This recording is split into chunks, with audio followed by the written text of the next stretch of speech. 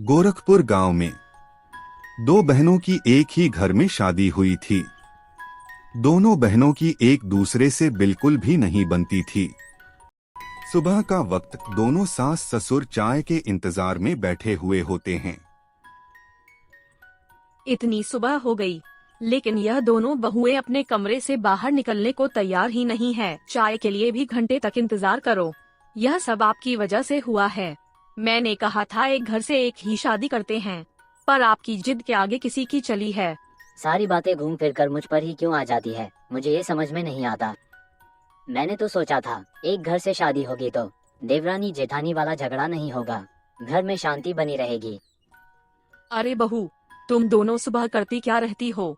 एक कप चाय के लिए भी तरस जाते हैं हम लोग। देखिए माँ जी, इसमें मेरी कोई गलती नहीं है। मुझे लगा शोभा ने आपके लिए चाय बना दी होगी। वैसे भी यह पूरा दिन कुछ काम करती तो नहीं है, कम से कम सुबह की चाय ही बना दिया करे। आप कौन सा घर का कोई काम करती हो? 10 बजे तो सोकर उठती हो।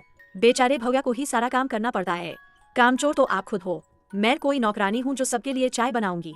शादी से पहले बहुत मनमानी सुनी है आपकी। बस करो तुम दोनों, मौका मिलता है नहीं कि लड़ाई करना शुरू कर देती हो। बहनें होकर एक दूसरे से दुश्मन की तरह लड़ती हो। तुम अपने मायके में भी कोई काम नहीं करती थी क्या?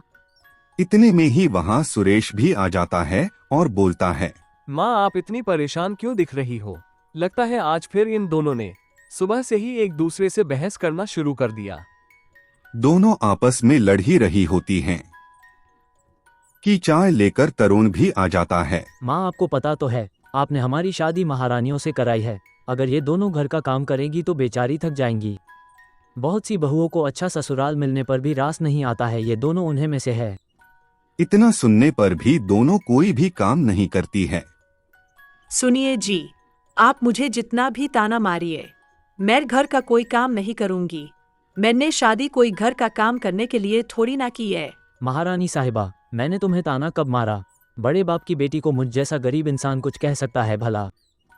महारानी जी घर का थोड़ा काम कर लोगी तो हम भाइयों को दुकान पर जाने में कभी देरी नहीं होगी।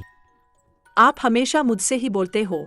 अगर सासू माँ खुद से घर का काम कर लेंगी तो किसी को भी कोई परेशानी नहीं होगी। बुढ़ापे में जितना हाथ पैर चलेंगे उतना ही शरीर के लिए अच्छा है। कम से कम हम सबको टाइम से खाना तो मिल जाएगा।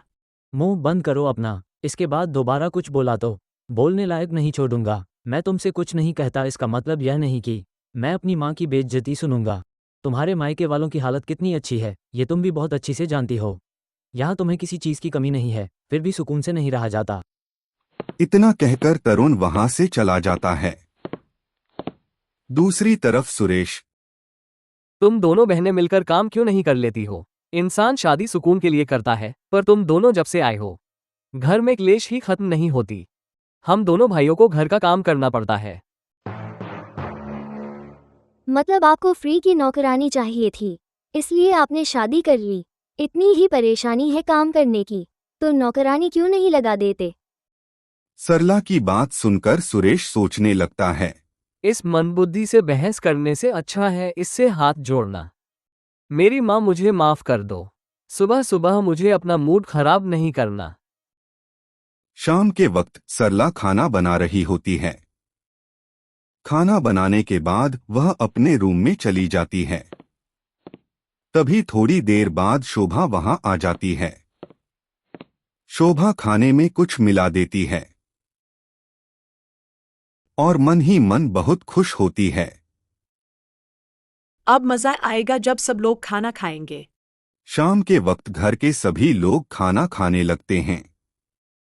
ज्यादा मसाला होने की वजह से सभी लोग घबरा जाते हैं। छी, कितना मसाला है इसमें। ऐसा खाना खाकर तो भगवान के पास जाना निश्चित है। यह सुनकर सरला को बहुत ज्यादा गुस्सा आ जाता है। आप लोगों को अच्छे खाने की कदर ही नहीं है। चुपचाप से खा लो, इतना भी बुरा नहीं बना है। अगली सुबह आप लोगों का स्वागत है हमारे मार्ट में। सर, आपको किस तरह का सामान चाहिए? मैं आपकी हेल्प कर दूंगी। माम हमें इन दोनों के लिए साड़ियाँ चाहिए थी। आप हमें कुछ अच्छी सी साड़ियाँ दिखा दीजिए जो इन दोनों को पसंद आ जाए। कितनी बेशर्म लड़की है, पराई मर्दों से हंसकर बात करती है, शर्म नहीं आती? यहाँ दूसरे मर्दों को पटाने के लिए काम करती हो। मैडम, आप यह क्या फालतू की बातें किए जा रहे हो? इस बेचारी ने क्या किया है? वह अपना काम ही कर रही है।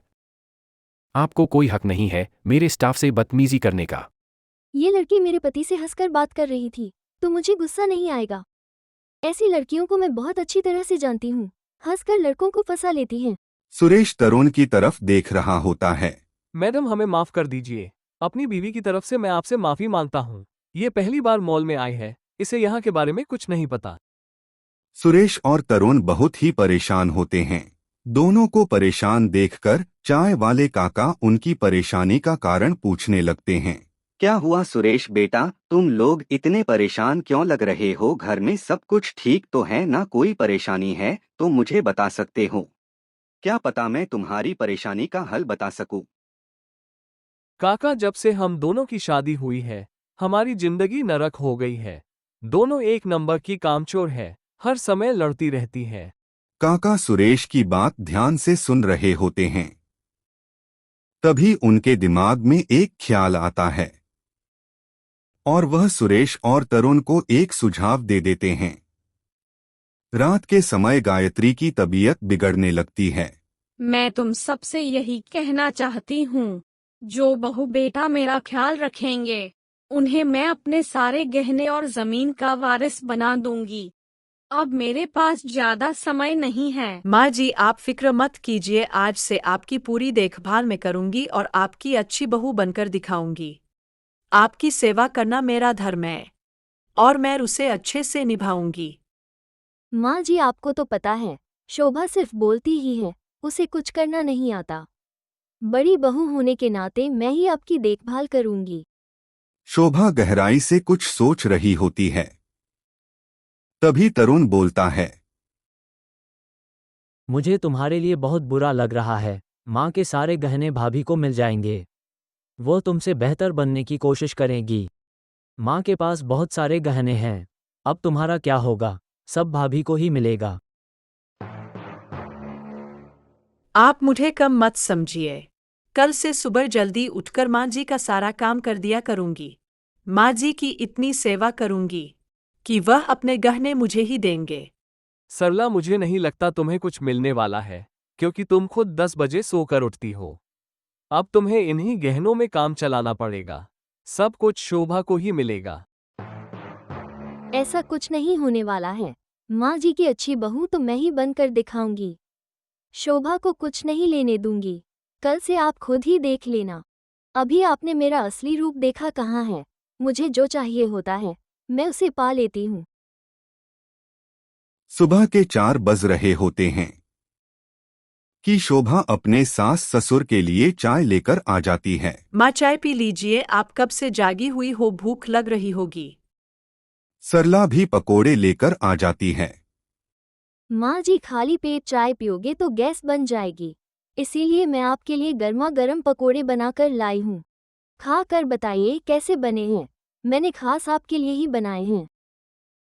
गायत्री और गोपाल दोनों पकोड़े और चाय का आनंद लेते हैं और बहुत खुश होते हैं। ऐसे ही कई दिन बीत जाते हैं। सब कुछ अच्छा चल रहा होता है। दोनों गायत्री के सामने अच्छे बनने की कोशिश में लगी रहती हैं। माँ, आप अपना बिल्कुल ख्याल नहीं रखती हो। मैं आपके पैर दबा देती हूँ। आप थक गए होगी। यह सुनकर सरला को बहुत तेज गुस्सा आता है और वह शोभा को घूरने लगती है। शोभा मैं कई दिनों से देख रही हूँ। बुढ़िया तो पहले से भी ज्यादा अच्छी दिखाई दे रही है। मुझे नहीं लगता कि वो इतनी जल्दी मरने वाली है। जरूर दाल में कुछ काला है। आपने सही कहा दीदी। आजकल ये तीनों बहुत ही खुश रहते हैं। मुझे लगता इन लोगों की अलग ही खिचड़ी पक रही है शायद। हम दोनों के झगड़े का फायदा तो नहीं उठा रहे ये सब।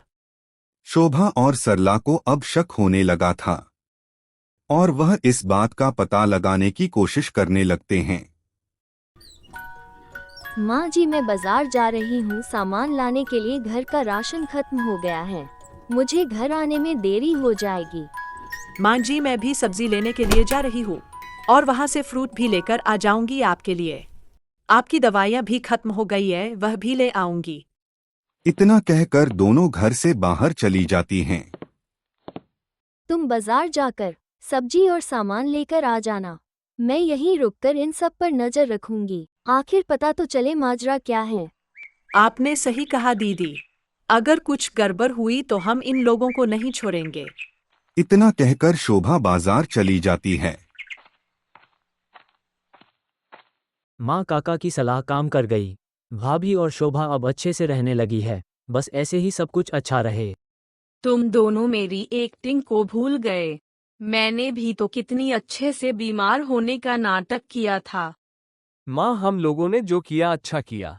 उन दोनों बहनों ने हमारा जीना हराम किया हुआ था।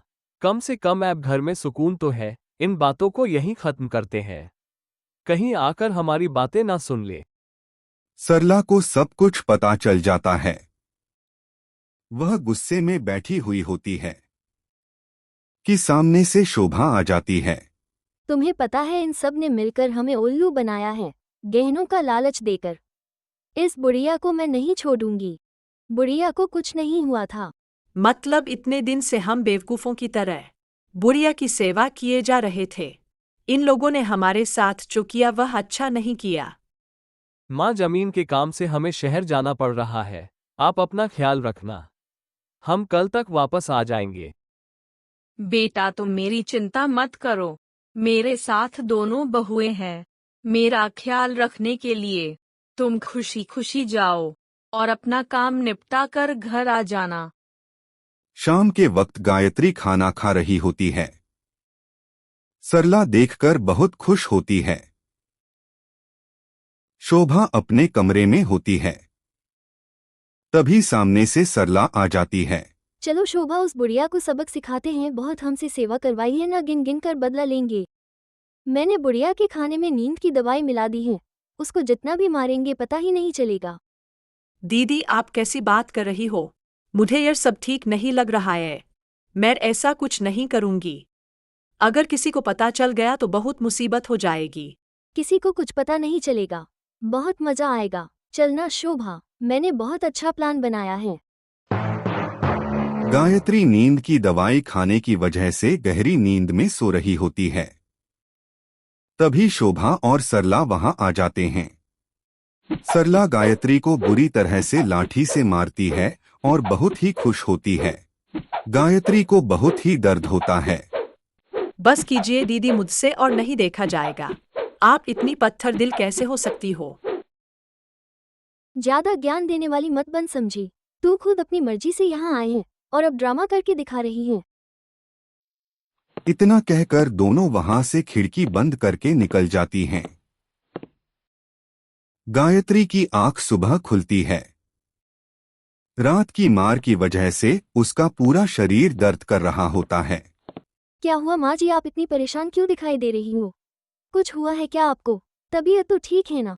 सरला बेटा, मेरा पूरा शरीर दर्द कर रहा है, जैसे किसी ने मुझे बहुत मारा है।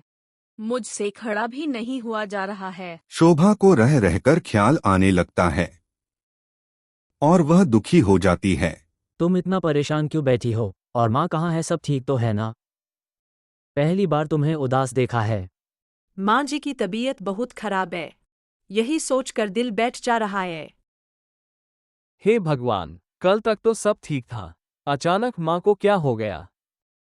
माँ, तुम आराम करो, अब हम कहीं नहीं जाएंगे आपको छोड़कर। मुझे अभी तक समझ नहीं आ रहा है, एक दिन में माँ को ऐसा क्या हो गया जो उनकी तबीयत बिगड़ गई। आप सही कह रहे हो भैया। कल तक तो माँ बिल्कुल ठीक थी, फिर कैसे उनके पूरे शरीर में दर्द हो रहा है। पहले तो माँ कभी इस तरह से बीमार नहीं हुई। वेद जी भी बोल रहे थे, अंदरूनी तो कोई भी बीमारी नहीं है। हे भगवान, माँ जी की इस हालत की जिम्मेदार मैं हूँ। अगर इनको पता चल गया तो पता नहीं मेरा क्या होगा। इस सच को मैं और नहीं छुपा सकती। मुझे दीदी से बात करनी होगी। सरला खाना बना रही होती है। तभी शोभा वहां जाकर बोलने लगती है। दीदी, मुझे आपसे बस यही कहना है, आपने जो माँ जी के साथ किया है मैं वह सबको बता दूंगी। आपने बहुत गलत किया है। माँ की इस हालत की जिम्मेदार आप हो। तुझे क्या लगता है मेरा नाम ले लेगी तो तुझे कोई गुनहगार नहीं मानेगा? तू भी तो मेरे साथ शामिल थी। मैं सबको बता दूंगी कि हम दोनों ने यह मिलकर किया है। शोभा सरला की बात सुनकर घबरा जाती है और रोने लगती है। तरुण भी वहां आ जाता है। शोभा तुम रो क्यों रही हो? मैं जब से घर आया हूँ तुम परेशान ही दिख रही हो। क्या बात है मुझे बताओ। मुझे माफ कर दीजिए, माजी की इस हालत की जिम्मेदार दीदी और मैं ही है। दीदी ने माजी के खाने में नींद की दवाई मिलाकर उन्हें डंडे से मारा था। मेरे समझाने पर भी वह नहीं समझ रही है। तरुण को सब कुछ पता चल जाता है। सरला ने आज फिर गायत्री के खाने में नींद की दवाई मिला दी थी। बुढ़िया, तू इतनी आसानी से नहीं मरने वाली है। तू मेरा पूरा खून पीकर ही मरेगी। अच्छा हुआ तुम भी आ गई। मुझे तो लगा था तुम नहीं आओगी। डरपोक कहीं की। चलो इस बुढ़िया को ठिकाने लगाते हैं। मैं कैसे नहीं आती दीदी। सोचा कुछ लोगों को साथ में शामिल कर लेते हैं ताकि हमारा काम आसान हो जाए। आप लोग आ सकते हैं। सरला सुरेश और घर के सभी लोगों को देखकर बुरी तरह से डर जाती है। तुम इस हद तक गिर जाओगी मैंने कभी सोचा भी नहीं था। आज तुम्हें बताता हूँ जब मार पड़ती है तो दर्द कैसे होता है। इतना कहकर सुरेश सरला को डंडे से मारने लगता है। मुझे माफ कर दीजिए, मुझसे बहुत बड़ी गलती हो गई। ऐसा मैं कभी दोबारा नहीं करूंगी। तूने जिस पर हाथ उठाया है वो मेरी माँ है और मैं तेरे जैसी औरत को कभी माफ नहीं करूंगा। सरला बेटी, तुमने मेरे साथ ऐसा क्यों किया? मैंने तुम्हें कभी खुद से अलग नहीं समझा। तुम दोनों ने जो किया था वह गलत किया, पर तुम्हारी आंखों में उस बात को लेकर पश्चाताप है, इसीलिए मैं तुम्हें माफ कर देती हूँ। सुरेश और तरुण, तुम भी इन दोनों को माफ कर दो। घर की सुख शांति बनी रहे, मैं बस यही चाहती हूँ। माँ के कहने पर दोनों सरला और शोभा को माफ कर देते हैं।